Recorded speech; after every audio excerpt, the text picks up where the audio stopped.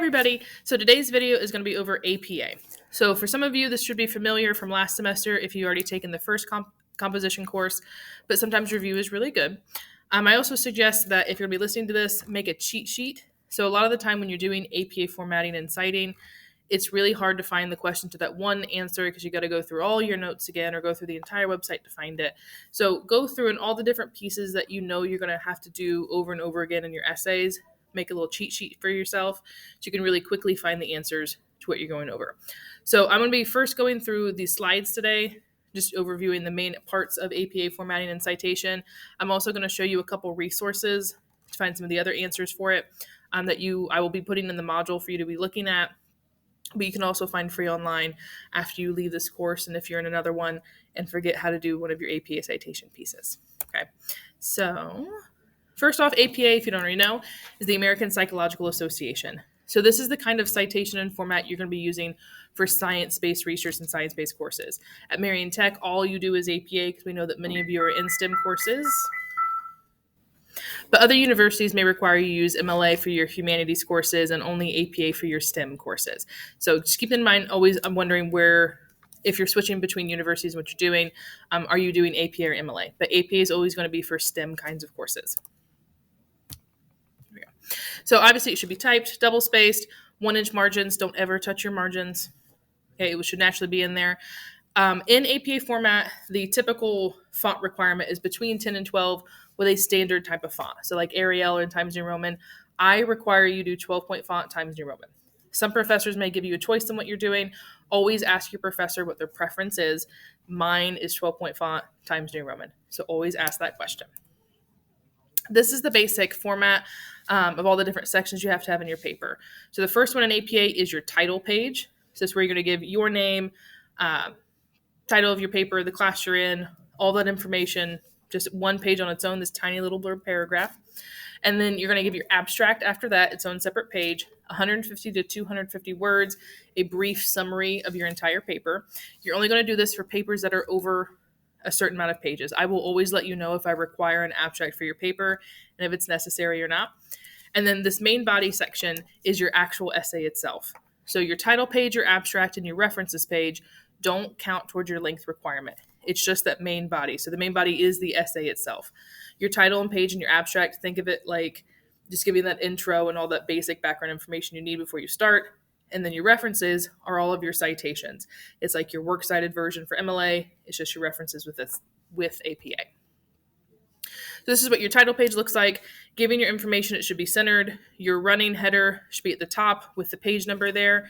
Your running header has to be a shortened version of your title, the first 3 to 5 words. So if you have a super lengthy title, do not try to put the entire thing in the header. Do the first 3 to 5 words. And then your page number on the right-hand side. Okay, so title, flush to the left, page number flush to the right. And your title and your header is going to be in all caps. Okay. And then down here, you'll give your actual title, your name, all of your information that's required in your title page. After that, your next page is going to be your abstract. And again, I will let you know if I'm requiring an abstract. We're going to make sure you write one together. I'm going to have a video posted where we're going to model how to do those summaries, have it correct. And it's going to be that very brief overview of the entire paper. And then here's a close-up version of what that header looks like. So on the very first page of your essay, the actual main body portion, you're going to have your title centered, and that's it. So one of the downfalls of APA, it doesn't have that little buffer zone that helps fluff your page limit. You got to go title and then straight into your paper. You do all the information on the title page. And just overview, the first text page number of your main body should be 3 if you have that abstract, and then double spacing all of your different sections within there, and then obviously using in-text citations. If you do not include your in-text citations in your reference page, that makes your paper plagiarized, which is a 0. It can get you in a lot of trouble. Okay, make sure you're reading those plagiarism sources that are in the modules as well. But we don't want to be giving you a 0 just because you forgot your in-text citations or forgot that reference page. Make sure you have them in there so you can get the score that you've earned within that. And then your reference page, this is what it looks like. It looks like a typical MLA works cited page. Just you're going to say references instead of works cited. You're going to do alphabetical order for all your sources, hanging indent, and double spaced. For your hanging indent, make sure whether you're on a Google Doc or a Word doc, once you've typed everything, you've put it in alphabetical order, highlight all your citations, and then if you go to paragraph styling, special indentations, and click hanging, it'll do that hanging indent for you, so you don't just click tab randomly to get it to look like that, and it does it all for you. Okay. And then for your author, so make sure you're not saying the author's full first name. So in APA, we're much more formal. So in that works cited reference page, like right here, it's going to be Cummings, comma, JN. So last name, comma, initial. So you give the initials of their first and middle name, middle if they give it to you, and then their author's last name. Because we don't know them personally, we're not going to use their first names.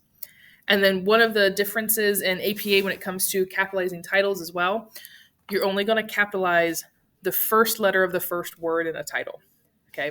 So like in this one, the perfectly formatted paper, the is capitalized, everything else is lowercase. If you have a title with a semicolon, then the first letter of that first word is also capitalized as well. And then of course, things like Purdue OWL, like a proper noun, are going to be capitalized.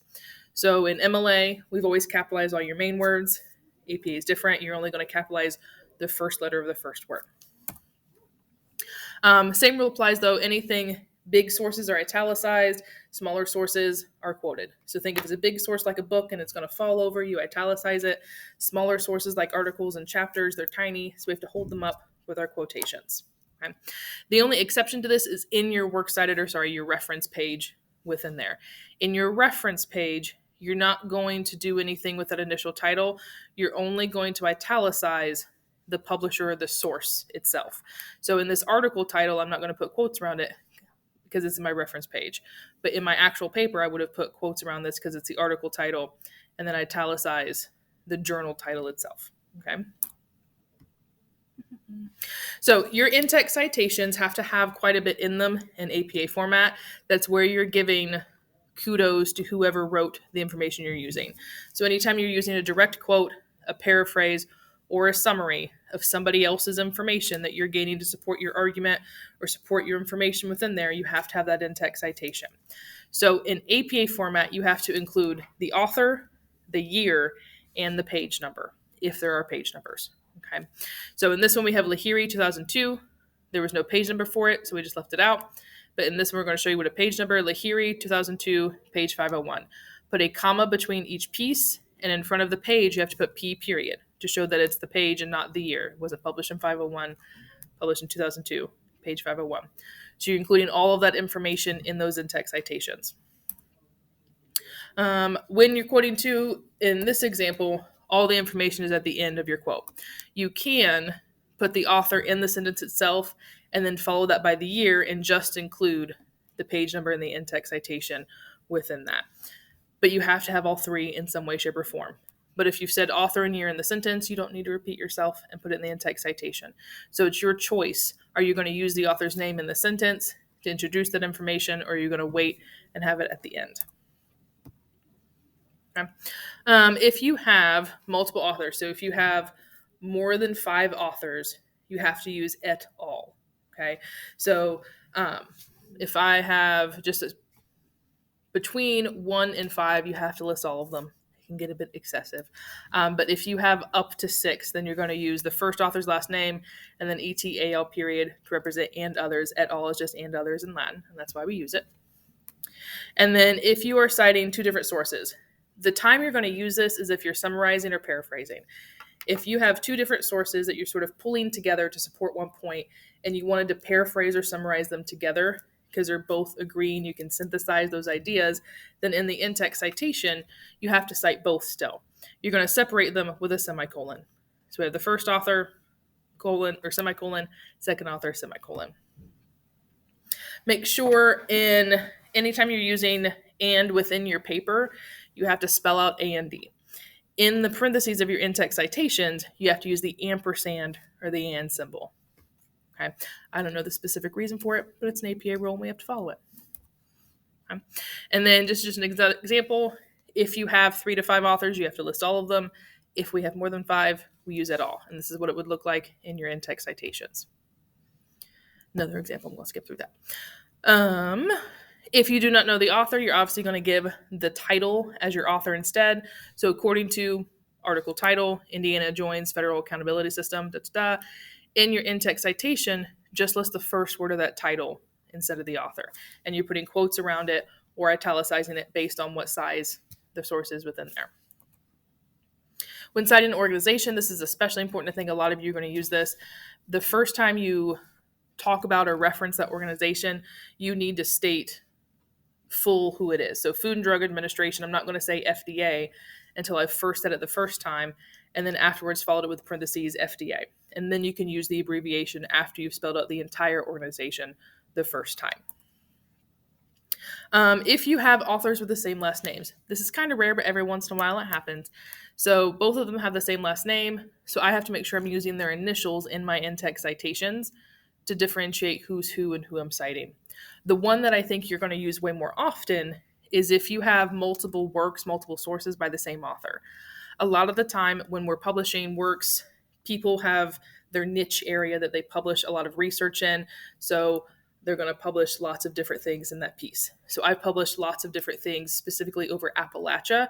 So I have multiple pieces within that. So if somebody used 2 of my pieces, they're going to have to say Looney for their in-text citation within there, but they're going to differentiate which source they're using by A, B, and C.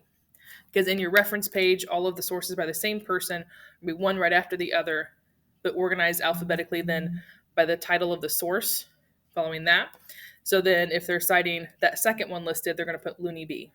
Okay. Or they're doing the first one, Looney A.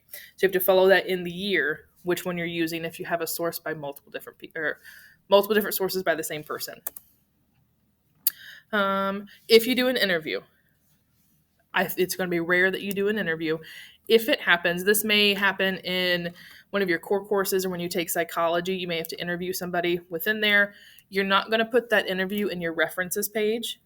The piece that goes in your references is those actual professional outside sources, but you still have to cite it in the essay itself. So in the essay itself, you need to say it was a personal communication. So your in-text citation for an interview, you're going to give the initial and last name of the person you've interviewed. Remember, you're not going to give first names because we want their confidentiality within there, but your comma, put personal communication, so we know it's an interview, and then the date that interview happened. So you will say in the sentence or in the in-text citation that you had the interview, whether it's face-to-face, a letter, or an email, but it's not going to go in the reference page. Okay. The other part of APA is that you have to have headers. So in APA or science-based papers, you have a lot of sections within there. Think of them like a science fair project. In a science fair, you're going to have first the introduction section where you have the introduction paragraph, you have the background and any history, any context you have to explain. After that, you're going to have the literature review, where you explain all the different resources you used to research your topic, to develop the actual research for the science fair. In that third section, you're going to have your procedure. What did you do for the science fair? So your volcano, how did you make your volcano? In the fourth section, you're going to have your conclusions or your answers to your hypothesis that you talked about in your introduction from it.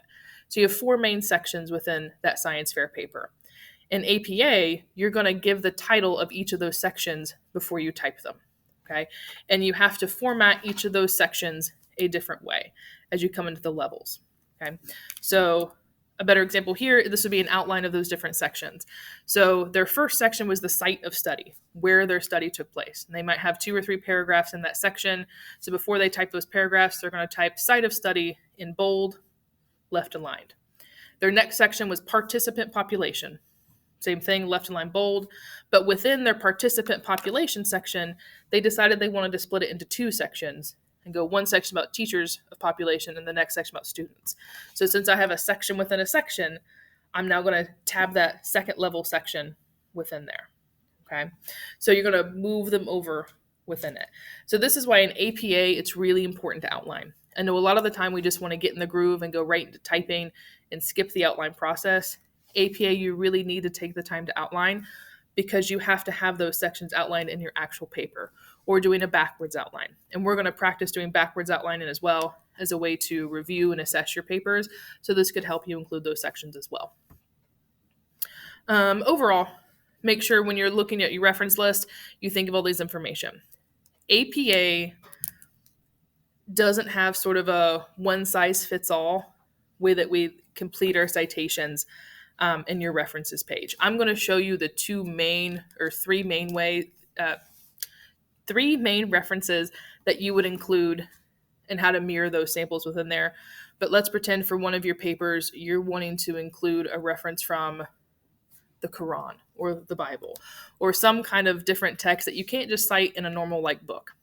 You're going to need to go to Purdue OWL, go to a resource and mirror that example. Purdue OWL is my favorite resource to go to. There are other resources I've listed in your module as well that you can reference, but you need to look and mirror the sample. Okay, but I'm going to show you the main ones going to. So the main one I think you're going to use is articles in a periodical or journal articles. It's the same thing. So when you're going to InfoOhio or OhioLink or Google Scholar and you're finding those scholarly articles, this is the main way you're going to cite it. So you're giving your authors first their last name, then their initials, however many you have, followed by the year in parentheses, titles, da da da da. So that's how you're going to flesh out that one. What I would do and how I've always done it, I've copy pasted these samples at the top of my references page. And then as I'm typing them, I have that and I can just kind of look back up and down and see how I'm formatting it within there. So I would pause in your video and write that out or take a picture so you can reference it back. The next one would be citing a book. So if you're going to the library and getting a physical book from it, or if you're doing a book review, so the book that we are reading together in this class, you're going to have to cite it such as this. Okay. There are two different things to keep in mind. If you're citing the entire book for your paper, you're going to do the top one. If you're citing just a single chapter, you're doing the second one because you have to include that chapter name if you're just doing the single one. But similar to it, but we set up a little bit differently. Not all books have DOIs though. I think it's kind of rare you find a DOI for a book. So, but if it has it, you put it there. The other piece is for this one in your chapter, you need to put the pages. So instead of DOI, you're going to put the pages that chapter. So if it comes on pages 3 through 13, I'm going to put P period 3 through 13 instead of DOI. Okay. And the last one that's going to be really common is websites. Make sure if you're using a website as a source, though, it is a credible source. Do not choose Jimmy Bob's blog over aliens. Okay. Choose a credible source. Make sure it's something that's going to, it's timely, you know who published it, and we're going to go over that too, again, as usual. But you include last name of author, year, month, and date, not just the year for a website, title of the page of the website that you're using, the entire site name, and then the URL. It is rare you use an entire website. So let's pretend you're going to the CDC website to find data on COVID. You're not using the entire CDC website. So you need the title of the page, so it might be COVID data, and then the site name could be Center for Disease Control. So make sure you're paying attention. Are you using the entire website or just the page? Okay. So those are the three main ones that you're going to cite and go to. But if you have something else you need to cite, you're probably going to go to Purdue OWL or your other source and model that sample. So Purdue OWL does have a citation generator that you can use, and I highly suggest you use them. Okay. But APA on citation generators, it messes up all the time. So use the citation generator to help you with the websites, but you're going to have to do a lot of legwork as well to double check it's correct and it has all the information in there. Another issue with these citation generators, when you put the website URL in there, what it's using to get that information is how the website was coded. So if the person coded the author's name into it, it'll pop up on the citation generator.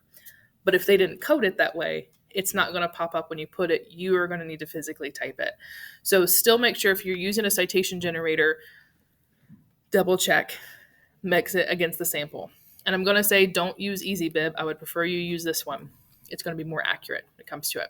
So you are going to go and use this website. And if you scroll down on APA, it gives you all the different types of sources. So electronic sources is where I found the website one. You may use this for a YouTube video or a documentary or a Netflix series. So there could be other pieces that go in there. Audio, visual, maybe there's a music video or a TikTok reciting or different pieces that go within that. So you're going to find those different ways to set up the references in here. The other source I want you to have, and I'm going to give you the link to this in your module as well, this is a sample APA paper. So it shows you all the different things you're formatting, double checking that you have them, and it explains why you format it in that way. So whenever you're creating your papers, this is going to be a great reference to make sure you've set everything up as well. Okay. The other piece too, what I suggest is in your Google Docs or Microsoft Docs, whatever you're choosing to use, create a blank APA sample document where you have everything set up. You have your title page, you have your header, you have an example references, and then you can make a copy. So make a copy of that document, and every time you have a new one, just make it and then insert the new information for that paper. Okay. So having that will make it a lot easier to format everything within there. So go through this, make sure you've gone through all the different sources on the module about APA. And then once you've done everything, ask me any questions that you may have, and then take the APA quiz. Okay. But please never be afraid to ask me questions. I will answer anything and everything to make sure that you understand what you're doing. But have a wonderful day.